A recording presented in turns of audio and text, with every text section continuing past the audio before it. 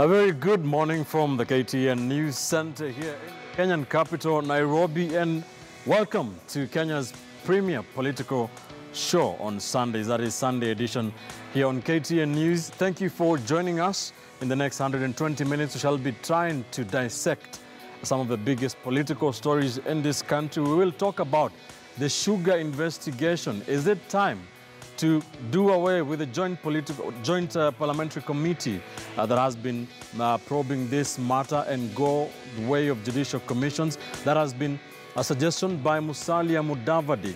Should Uhuru Kenyatta appoint a judicial commission to deal with this? Some quarters indicating that the cartels, they said the so-called cartels, are being protected by people inside parliament. We shall be trying to get the gentleman's view on that. We shall also take a look at some politics. Raila Odinga's dalliance with Central Kenya continues. This past week, he did meet a section or a group of leaders from Central Kenya, losing election, some gentlemen who lost in the election but have remained very vocal in Central Kenya politics. Just 24 hours after yet another group told the Deputy President, William Ruto, to retire from politics alongside Uhuru Kenyatta in 2022. Just what gives? Is this an indication of Raila Odinga's fifth stab at the presidency in 2022? We'll take a look at that as well. And also, I'll take a look at President Uhuru Kenyatta's latest appointments or nominations. He did nominate former Kenya Power Managing Director Ben Chumo to chair the Salaries and Remuneration Commission. If cleared by Parliament, he will be replacing Sarah Seremu's term ended in December 2017. Remember, Ben Chumo did retire from Kenya Power at the beginning of 2017. The president also did appoint Florence Kajuju to chair the Commission on Administrative Justice. He did also appoint Washington Opio and the Registrar of Political Parties, Lucy Ndungu, to be in that particular commission. If cleared, what do these new ladies and gentlemen represent? We'll take a look at all that. Thank you for joining us. My guests are here with me. Kipchumba Karori, lawyer and political strategist, communication experts and political analysts, Hesbon Owila and Mark Bichachi are here with me as well, as is Dismas Mokua, political risk analyst here on Sunday edition. Thank you, gentlemen, for joining me on this first day of July 2018. Let's begin. We'll take a look with a look at what's happening in the newspapers this Sunday morning.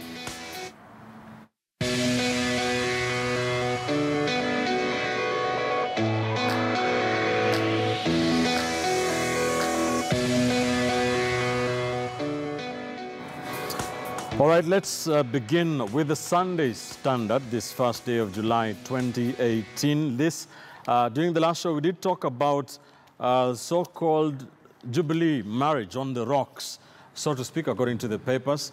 So Uhuru Kenyatta, the president, and his deputy, William Ruto, did hold a so-called crisis meeting, a 5-hour-long meeting at State House over unease inside Jubilee to try and resolve, to call Jubilee MPs to a meeting on Tuesday to try and bring some calm inside the ruling Jubilee party. Dismas, what is your take on this crisis meeting, if you can call it that? When you look at Kenya, it's a tragedy that we don't have political parties. So instead, what we have are special purpose vehicles. If Jubilee was a very solid political party, then the crisis would be around ideas or philosophies or ideologies. But now, the crisis within Jubilee is because of Raila Odinga. For the longest time, the two personalities within Jubilee have been aiming all their bullets at Raila Odinga. Now, Raila Odinga has decided to take cover, and their lieutenants have got an idea of what they're supposed to be doing. You would have expected Jubilee MPs to be very active at the National Assembly or at the Senate discussing policy issues, but instead they're aiming all their bullets at Raila Odinga, and as a result, their lieutenants are in a bit of trouble. And at this stage, one has to commend the Senate Majority Leader, Kipchumba Murkomen, for actually coming out and calling a spade, and saying that, in fact, there is a crisis within Jubilee. So you don't think this crisis is about ideas, because it's about corruption, it's about accusations and counter-accusations of contraband, sugar, corruption, and 2022 politics, of course? Well, Are those not issues? If the corruption was around personalities, or rather, if the corruption was around ideas, then how do we fight corruption? Are we going to use the conventional means, or what strategy? It's not a conflict of strategy. Yes. Because everything is anchored around 2022. When you look at the Ruto team, they say Ruto is being targeted. That the lifestyle audit has got nothing to do with fighting corruption, but everything to do with targeting Ruto. And when you look at the Jubilee guys, or rather the people who are said to be loyal to the president, they are very nervous. A number of them who won elections are part of the so-called Tanga team, while the rest have gone to see Mr. Raila Odinga. So really, this thing has got nothing to do with ideas or philosophies. You've not seen the people who are said to be loyal to Ruto clashing in the public space over, say, taxation or over these budgets by saying that what Rotich is proposing does not make sense. All right. Yeah, so everything is got to do with those two personalities. And it's a pity that everything is anchored around Raila Odinga, while in fact Raila Odinga is not in the scene. All right. Some of the Jubilee legislators from Nandi the other day said, ask Raila to take a walk from this handshake is the cause of trouble here. All right. Interesting. Mark Bichachi, do you think this unease in Jubilee, if you may call it that, is about real issues and ideas? And where do you think the president is sitting in this? It is about his legacy right now. Is this all threatening to derail that? I think, for me, I would like to elevate the conversation to the space where it needs to be. This is not about legacy, it's not about 2022, it's about what is morally right and good for this country. And those two things are very simple to figure out. Number one, we want a developed country, that's big four. Number two, we want a peaceful country, that's handshake. Number three, those two cannot happen in a corrupt society, so we have the fight against corruption.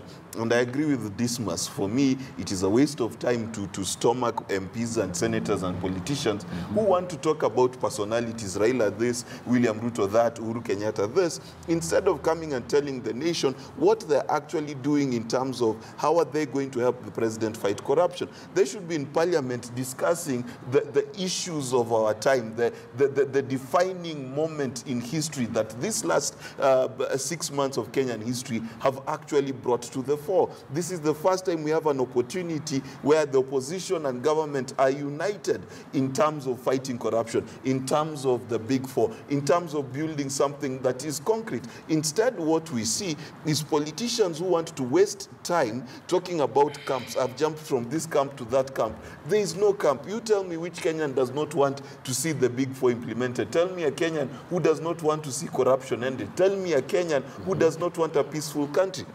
And the problem we have here is we have a political class that is solely separated from the reality on the ground. And the worst thing is this, that they have not seen that it is not politics as usual. Right. They spent so much time hating on Raila. Now they have no one to hate, and now they're starting to throw mud at each other because that's the only thing they know, how to throw mud.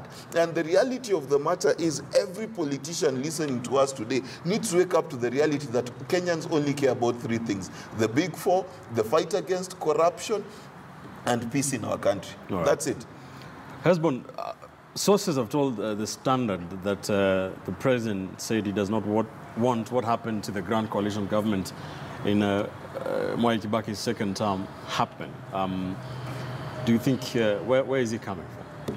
Well, I think it was becoming a bit obvious that, there is a sense in which even if there wasn't so much of turmoil in Jubilee, there were individuals within the ruling coalition who are pulling in different directions as far as the big four and the fight against corruption is concerned.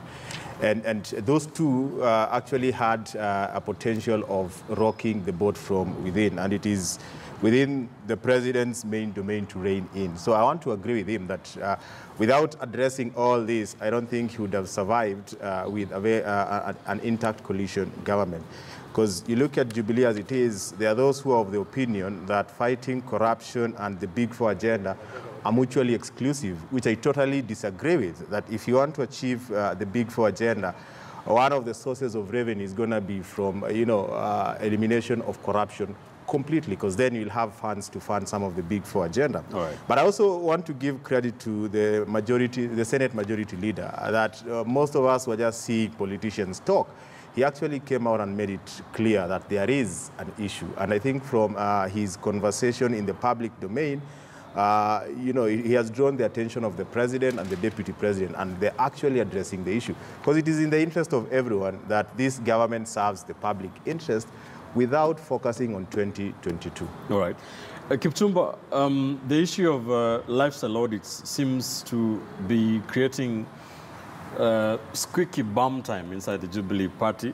Some lawmakers are allied to the deputy president, insinuating that this is targeted at the deputy president. Some of them, Oscar Sudi did say that if the audit was to have credibility, then it should start from the time Kenya got independence in 1963. Now, the two leaders will call for a PG meeting for Jubilee, I think on Tuesday. Where can you place all this? I mean, is this always going to be about Deputy President 2022 agenda being derailed? Thank you, Ben, for that. I believe as a nation we have priorities. But again, we have the benchmarks on which our priorities stand on. And sad enough, in this country, the benchmark on which each priority and everything stand on is politics, which is a very dangerous ground. All these revolves around 2022. For me, from my personal point of view is this. Why do we mix issues? Lifestyle audit ought to be done and should be supported in the presence that it is being done solely to fight corruption. But when we allow politicians to bring in other issues, we soil the whole process and we raise eyebrows. But if it were to be allowed to run without these politics around it, it will be one of the best things we can do. And what we need to work on now are the frameworks within which we are doing this lifestyle audit. Are we auditing up to even pastors and bishops in this country? Are we auditing only civil servants? Who are we auditing? And how are we doing it? From where? And from when? And to whom are we targeting that we are auditing? And also, we need to know what are our terms of reference. That if today I had a bicycle and tomorrow I drive a Mercedes-Benz and I did not win a lottery or I did not see a Tazama Chapa somewhere, I need to explain. Those are the parameters we need. And secondly, discussing about 2022 politics, why it has always been an issue that whenever we talk about certain things, 2022 politics come in, it is because of communication, how they are communicated. If today, and I agree with this mass, if today we had, Jubilee had, let's say, a manifesto that if we take power, this is how we'll do things, everybody will have in them inculcated in themselves that after winning power, there will be a lifestyle audit. So what are we saying? Jubilee, as the ruling party, should have its house in order. And the best thing going forward now is the president, with this PG meeting, it will be able to set out some issues. And that's why I do not see the need why we should say the party is there is tension or simmering in the party. Right. Because any democracy and any political party, there are bound to be individuals who will be pulling different sides in terms of ideology. But as Dismas said it, the sad part is that we do not have a philosophical ideology here. All we have are just personality, celebrity kind of talk. All right, that story is on the splash of the Sunday Standard. You can check it out in more detail in page 6 of the Sunday Standard. On the Sunday Nation, the headline, Sweet Secrets. This is a story about kind of uncovering Jaswant Rai, the man that has been the billionaire businessman who is said to have deep connections in governments. Of course, somebody who is so deep-rooted in the sugar industry with his businesses. So there's a whole lot of facts about the Rai group, and especially Jaswant Rai himself. And the story is about the omnipresence of Rai and his deep connections in governments, detailing connections with Deputy President William Ruto and all that. And that is how he has protected Dismas, his business empire. Is there anything wrong with his way of doing businessmen? People describe him as a go-getter who stops at nothing to get what he wants. Are people demonizing business? an honest way of earning a living? It's number one, when you read that story, again, it's important to see whether there's actually a backstory. The person who has caused that story to happen, what do they intend to achieve? Kenya is a capitalist economy, and if you're a businessman, you must take advantage of the environment. If you need to get connections at the National Assembly so that you get a favorable act of parliament being passed, you will do that. If you want to get connections in the media so that you have your positive stories running, you need to do that. And everywhere in the world, you have businessmen taking advantage of the prevailing regulations. That's why you have lobbyists, especially in the US and in the UK registered, that if you're going to pass a budget or you're going to pass some policy, then these are the people who do the lobbying. In Kenya, we have organizations like KEPSA, National Chamber of Commerce and Industry, and CAM. All those are lobbyists. So for me, I would actually give Mr. Rai a pat on the back because he's invested in Kenya, and he knows if you want anything to happen, you have to speak with the people with power. There's nothing wrong if a Rai goes to the Treasury and he says, I want to import sugar, give me a license. Maybe what we should be questioning is the guys who are taking these decisions, especially the Treasury.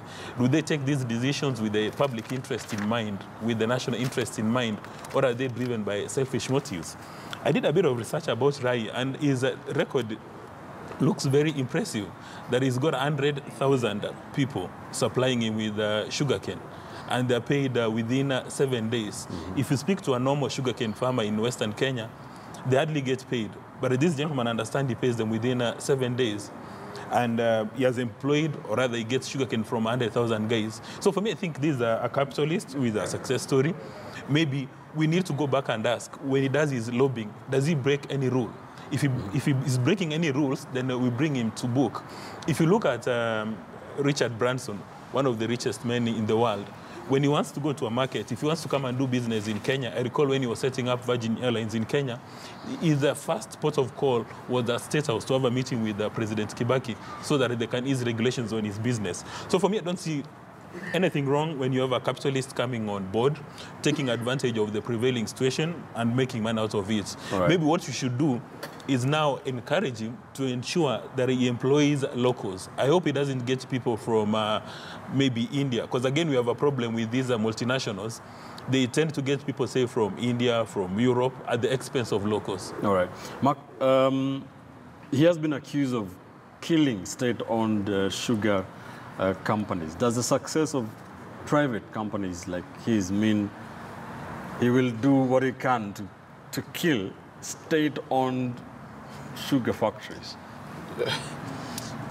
Was he the corrupt CEO of Mumias Sugar?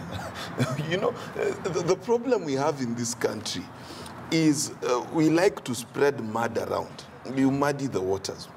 The reason that story is in the nation, if we are very honest, is because of an unscrupulous politician who takes sugar from Mogadishu. And therefore, he's trying to spread the hate towards the entire sugar industry. There is no way you can blame the failure of your house by saying, if Dismas didn't treat his wife so well, my wife would not have left. Treat your wife better. You know, this is a funny thing about Kenya. The collapse of Mumias Sugar can directly be attributed to the mismanagement and corrupt conduct of the board and the management of Mumias Sugar. And so the same for every other parastatal. In fact, Dismas has said it as well. Look at it this way. Farmers are paid by Cabras Sugar within 7 days. Okay?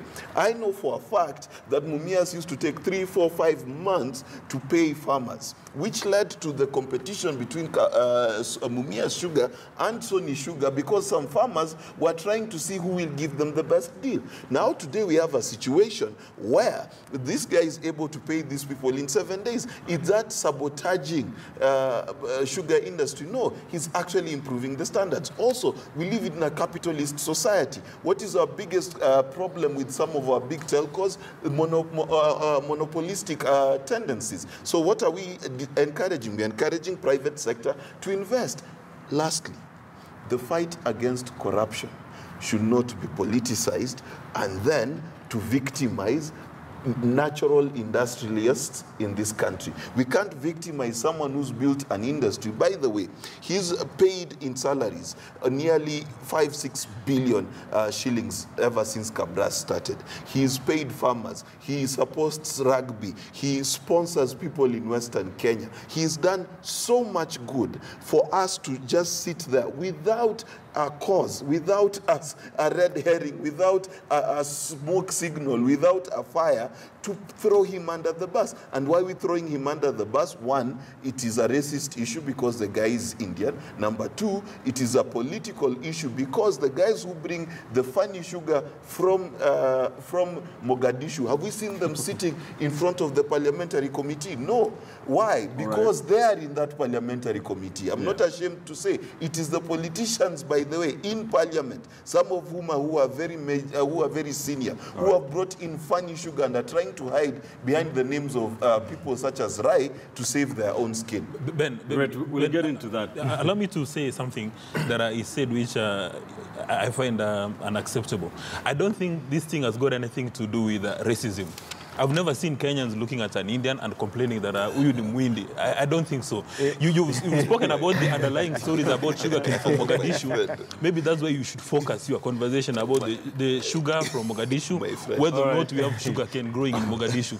But now it's saying that it has nothing Indian, to do with racism. No, nothing to do with racism. Trust me. If there are underlying issues, and you know, he said, let's be honest, and I want you to challenge him to be honest and say, who is this politician getting sugar from Mogadishu who is undermining Rai? We shouldn't allow him to tiptoe over issues. If he can pay for my legal fees, I'm willing to say now. All right. Let me come to you. We'll get into that bit later on. What is the view from South Nyanza on Rai and his private sugar mills? Yeah, well, but I tell you, in the last 10 days, I think a lot has happened about Rai. A few trucks were arrested were actually spotted, whether they were arrested or not, in the town of Rongo constituency in Migori town. And the perception by many of the locals in Migori County and the Sugar Belt region is that he's actually responsible for running down Sony Sugar. He's actually responsible for the reason why sugar takes more than 24 months in the farms of many of the local farmers. But I think we cannot blame Rai, without interrogating facts, deeply. President Uhuru Kenyatta just the other day said that we will protect the innocent and prosecute the guilty. And, looking at Rai and the capitalistic environment that we live in, a free market economy, it is important that everything is situated broadly and analyzed. Is he a businessman who is doing genuine business? He could be a businessman who is doing genuine business, which is good. He should be supported by all and sundry. Now, is he a businessman who is involved in unscrupulous businesses? And the reason why he is paying farmers within 7 days is because he is actually processing sugar that is imported. That should also be interrogated. I'm not saying that he's doing that or not doing that, but it is just important that in the spirit of what the president says, we have trust in our agencies. They should establish that. That's why they are paid handsomely. But the flip side of it is also very interesting and should be interrogated further. That is he an industrialist businessman going about his business, and politicians are taking advantage of his success? Because it could also be that he's not even lobbying politicians, he's not bending the law, but politicians are looking at his success story and going in to influence the way he conducts his business to get something out of it. And I think the bottom line should be on the influence of how the nature of his interaction with the political class. Is he the one who is going to get the laws bent, or is it politicians who are approaching him? Because we cannot condemn Rai without understanding the dynamics. Politicians also understand that when a businessman is successful, that becomes an opportunity for them now to go and influence the way they can expand the market in a way that is not very interesting and get something out of it. All right. So it is just important that some of these things are interrogated. Kipchumba, what is your view on this and the fact that Rai's success is not only in sugar, it's also in wood manufacturing, is in oil and soap manufacturing? What does this say about the gentleman? Ben, while we have commented the media for highlighting corruption, we must also call them out when they try to massage mediocrity. I think Nation newspaper have today tried to hug mediocrity, and we must call them out for doing that. One, we can't punish success. This is a capitalist country, as it has been stated. We cannot restate a fact. Secondly, why are we punishing Rai because of failing government institutions like Nzoia, Sugar, Mumias? If an institution, a public institution, is failing, why should we punish the competitor? Look at it this way. Should we punish Brookside because KCC has issues? No. And the market around milk in this country is doing well. KCC recently we were told its share in the market is 35%. Brookside is at 40%. That is healthy competition, which means KCC got its house in order and they are doing their thing right. The same should be replicated by the sugar industries. Mumias, Nzoia, and all these sugar industries should do the same. Secondly, we have a businessman in Nigeria known as Aliko Dangote. We all of us have interacted with the literature around how Dangote became rich by aligning his business policies to government strategies. That in a legal manner. Today we are seated here, we are reading newspapers saying Rai is the cause of all these problems. Look at it this way.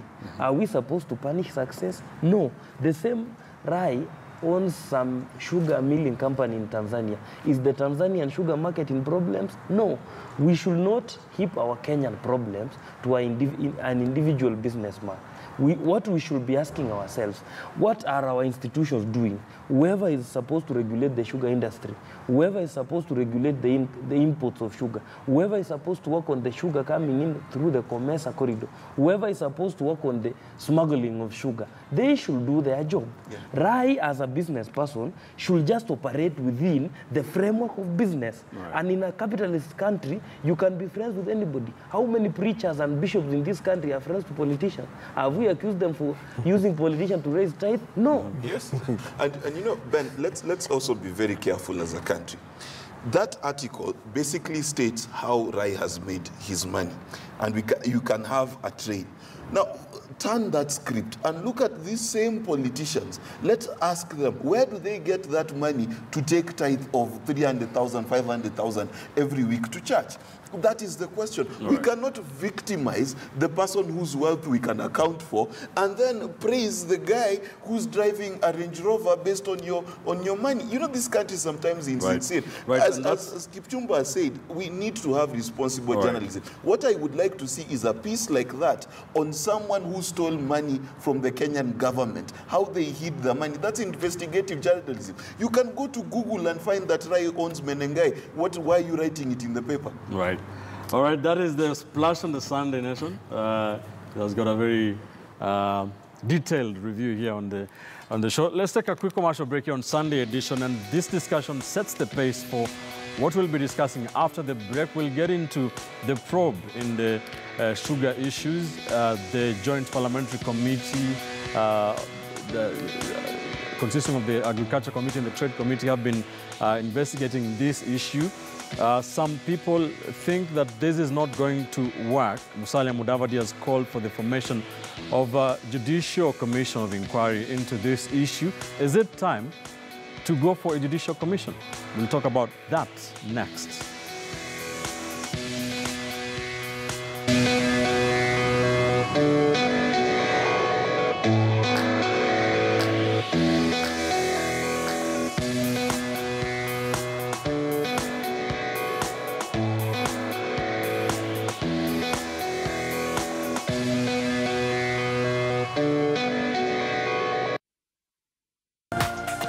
This is KTN News.